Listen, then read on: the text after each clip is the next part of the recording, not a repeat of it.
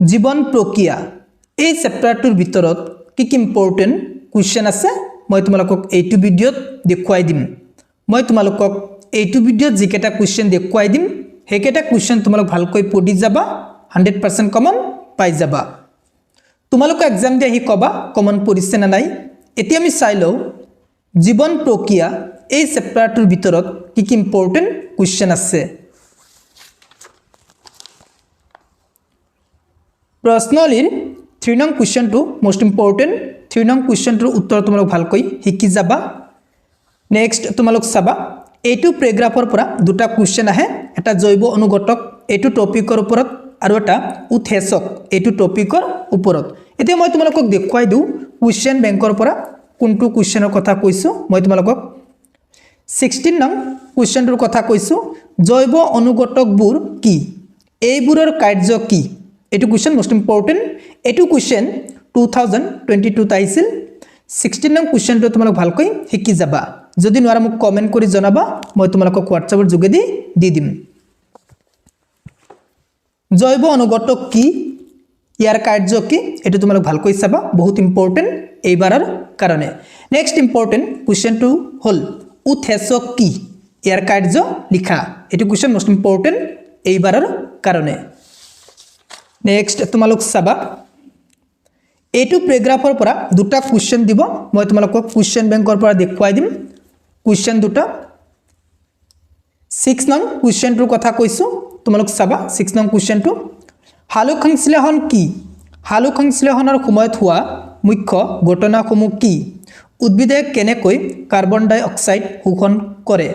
লিখা 6 নং কোৱেশ্চনটো বহুত ইম্পৰ্টেন্ট এইবাৰৰ কাৰণে 6 নং কোৱেশ্চনটো তোমালোক ভালকৈ শিকি যাবা নেক্সট তোমালোক চাবা নেক্সট ইম্পৰ্টেন্ট কোৱেশ্চনটো কোনটো 12 নং কোৱেশ্চনটোৰ কথা কৈছো মই পাতত থকা হেউজিয়া বিন্দুবোৰৰ নাম লিখা এইবোৰে কি কাৰ্য প্ৰদৰ্শন কৰে এটো কোৱেশ্চন মোস্ট ইম্পৰ্টেন্ট এটো কোৱেশ্চন তোমালোক ভালকৈ শিকি যাবা যদি নোৱাৰা মোক কমেন্ট কৰি জনাবা মই তোমালোকক WhatsApp যোগেদি দি দিম হৈ গল এই প্যাৰাগ্ৰাফৰ পৰা যি দুটা কোৱেশ্চন আহিব মই তোমালোকক দেখুৱাই দিলো নেক্সট তোমালোক চাবা পাতৰ প্ৰস্থছেদ এটো চিত্ৰ আকা শিকিবা বহুত ইম্পৰ্টেন্ট আছে তোমালোকক কোৱেশ্চনটো এনেকৈ দিব এখিলা পাতৰ প্ৰস্থছেদৰ চিত্ৰ আকি বিভিন্ন অংশ চিনাক্ত কৰা বুজি পালা নেক্সট তোমালোক চাবা নেক্সট ইম্পৰ্টেন্ট কোৱেশ্চনটো হল বিলাই কি ইয়াৰ কাৰ্য উল্লেখ কৰা এটো কোৱেশ্চন মোস্ট ইম্পৰ্টেন্ট এইবাৰৰ কাৰণে নেক্সট চাবা প্ৰশ্নলিৰ 2 3 4 এই তিনিটা কোৱেশ্চন মোস্ট ইম্পৰ্টেন্ট নেক্সট চাবা তোমালোক এইটো প্যাৰাগ্ৰাফৰ পৰা এটা কোৱেশ্চন দিয়া মই কোৱেশ্চনটো কোৱেশ্চন বেংকৰ পৰা দেখুৱাই দিম তোমালোক চাবা 9 নং কোৱেশ্চনটোৰ কথা কৈছো আমাৰ তেজত থকা শ্বাসকণাবিধৰ নাম লিখা কণাবিধৰ কাৰ্য উল্লেখ কৰা এটো কোৱেশ্চন মোস্ট ইম্পৰ্টেন্ট এটো কোৱেশ্চনৰ উত্তৰ তোমালোক ভালকৈ শিকি যাবা যদি নোৱাৰা মোক কমেন্ট কৰি জনাবা মই তোমালোকক WhatsApp যোগেদি দি দিম নেক্সট তোমালোক চাবা প্ৰশ্নলিৰ 2 আৰু 3 এই দুটা ইম্পৰ্টেন্ট এই দুটা তোমালোক ভালকৈ শিকি যাবা নেক্সট তোমালোক চাবা মানুহৰ হৃদযন্ত্ৰৰ অভ্যন্তৰীণ গঠন এটো চিত্ৰ আকা শিকিবা এটো চিত্ৰৰ পৰা কেনেকুৱা টাইপ কোৱেশ্চন দিব মই তোমালোকক দেখুৱাই দিও কোৱেশ্চন বেংকৰ পৰা 10 নং কোৱেশ্চনটোৰ কথা কৈছো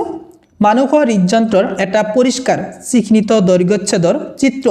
আকা আৰু ইয়াৰ বিভিন্ন কোঠালিৰ মাজেৰে প্ৰবাহিত হোৱা তেজৰ ধাৰাৰ দিশ কাৰ্ড চিনৰ দ্বাৰা দেখুৱা আৰু হৃদযন্ত্ৰটোৰ মাজেৰে হোৱা তেজ সংবহনৰ এটি চুমু বিৱৰণ দিয়া বহুত ইম্পৰ্টেন্ট এটো কোৱেশ্চন এটো কোৱেশ্চনৰ উত্তৰ তোমালোক যদি নোৱাৰা মোক কমেন্ট কৰি জনাবা মই তোমালোকক WhatsApp যোগেদি দি দিম চাবা দে তোমালোক মানুহৰ হৃদযন্ত্ৰৰ চিত্ৰটো বহুত ইম্পৰ্টেন্ট এটো প্যাৰাগ্ৰাফৰ পৰা তিনিটা MCQ কোৱেশ্চন হয় হে তিনিটা MCQ কোৱেশ্চন কি মই তোমালোকক কৈ দিও তোমালোক চাবা পক্ষী আৰু স্তন্যপায়ী প্ৰাণীৰ হৃদযন্ত্ৰ কোঠালি 4টা সৰীসৃপ প্ৰাণীৰ হৃদযন্ত্ৰ কোঠালি 3টা মৎস্য মৎস্য মানে কি মাছজাতীয় প্ৰাণী মৎস্য শ্ৰেণী প্ৰাণী হৃদযন্ত্ৰ কোঠালী কেইটা দুটা এতিয়া তোমালোকক কোৱেশ্চন দিব পক্ষী আৰু স্তন্যপায়ী প্ৰাণী হৃদযন্ত্ৰ কোঠালীৰ সংখ্যা হ'ল অপচন দিব তোমালোক মনত কৰিবা পক্ষী আৰু স্তন্যপায়ী প্ৰাণী হৃদযন্ত্ৰ কোঠালীৰ সংখ্যা 4টা নেক্সট তেনেকৈ তোমালোকক কোৱেশ্চন দিব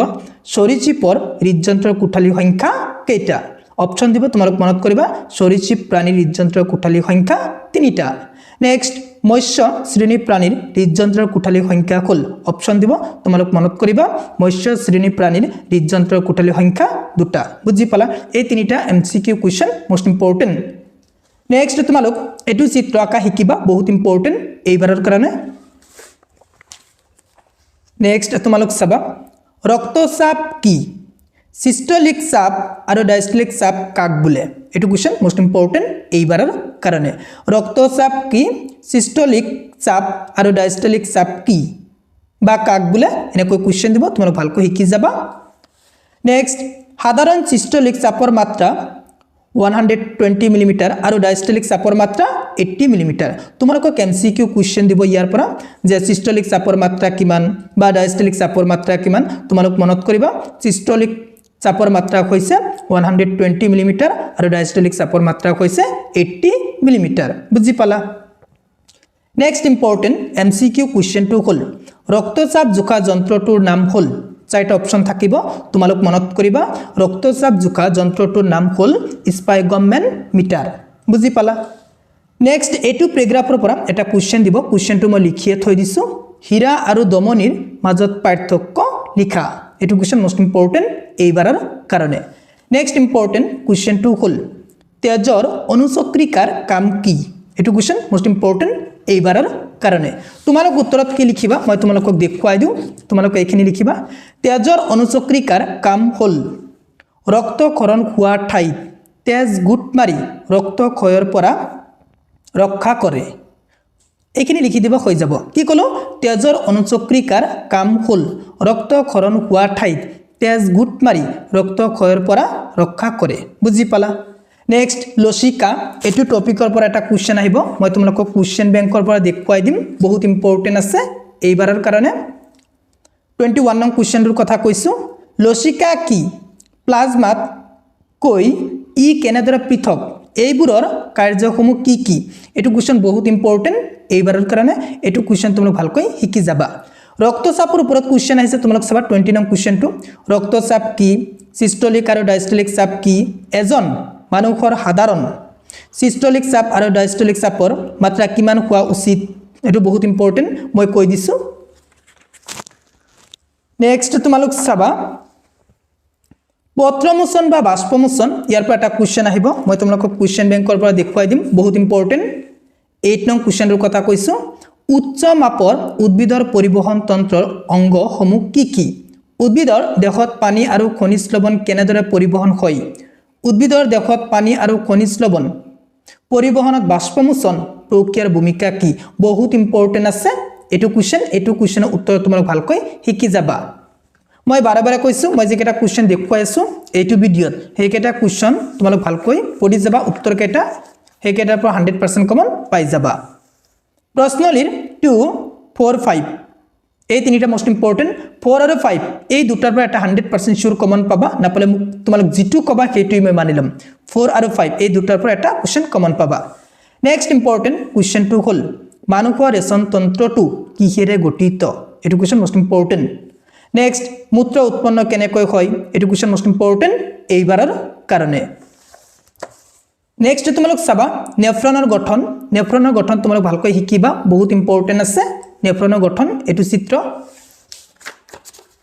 নেক্সট তোমালোক চাবা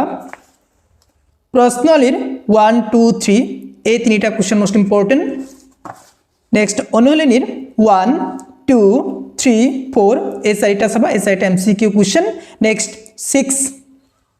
8 10 11 12 এইকেইটা কোৱেশ্চন মোস্ট ইম্পৰ্টেন্ট এইবাৰৰ কাৰণে হৈ গল জীৱন প্ৰক্ৰিয়া চেপ্টাৰটোৰ ভিতৰত কি কি ইম্পৰ্টেন্ট কোৱেশ্চন আছিল মই তোমালোকক দেখুৱাই দিলো আকৌ এবাৰ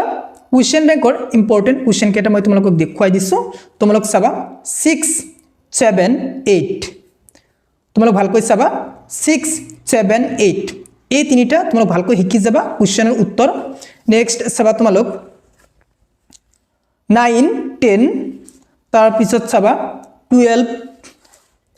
15 16 বহুত ইম্পৰ্টেন্ট তাৰ পিছত 20 21 এইকেইটা চালে হ'ব জীৱন প্ৰক্ৰিয়া চেপ্টাৰটোৰ ভিতৰৰ পৰা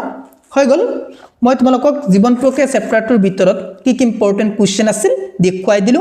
এই কোৱেশ্চন কেইটাৰ ভিতৰত 100% কমন পাই যাবা তোমালোকৰ যেটো মেট্ৰিক এক্সাম হ'ব নাপালে মোক কমেন্ট কৰি কবা যেটো কবা সেইটোই মই মানি লম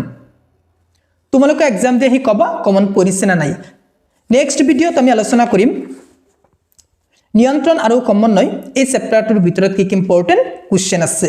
যদি তুমি মোৰ চেনেলত প্ৰথমবাৰৰ কোৱা মোৰ চেনেলটো সাবস্ক্ৰাইব কৰিবা thank you watching the video